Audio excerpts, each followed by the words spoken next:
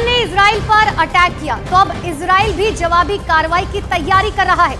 Israel के ambassador ने संयुक्त राष्ट्र में कहा कि ईरान ने सारी हदें पार कर दी है और अब इजराइल का कानूनी हक बनता है कि वो जवाबी हमला करे। वहीं ईरान ने इस बात का दावा किया कि उसने 72 घंटे पहले ही अपने पड़ोसी और साथ में अमेरिका को ये बता दिया था कि वो हमला करने वाला है। यानी कि ईरान कहना ये चाहता है कि उसने अमेरिका को पहले बताकर हमले को नाकाम करने की तैयारी का मौका दे दिया था।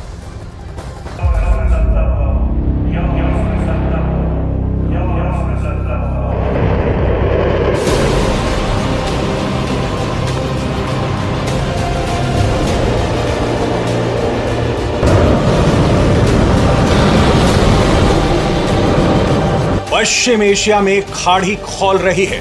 इजराइल ने ऐलान कर दिया है कि अभी यह खत्म नहीं हुआ है। ईरान ने जिस तरह से इजराइल को सीधे निशाने पर लेते हुए सैकड़ों मिसाइल और ड्रोन से हमले किए, उसे इजराइल जंग का ऐलान मानता है।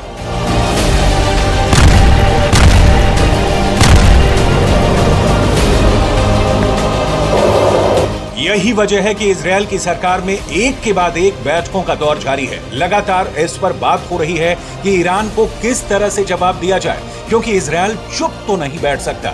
उसे ईरान से हुए इतने बड़े हमले का जवाब देना है। बस अभी ये तय नहीं हुआ है कि जवाब कैसा होगा और कब इस पर एक्शन लिया जाएगा। इजराइल का बदला अभी बाकी है।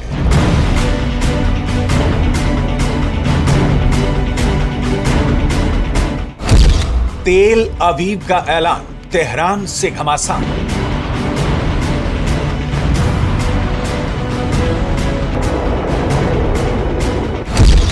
नेतन्याहू का प्लान, रईसी से इंतकाम।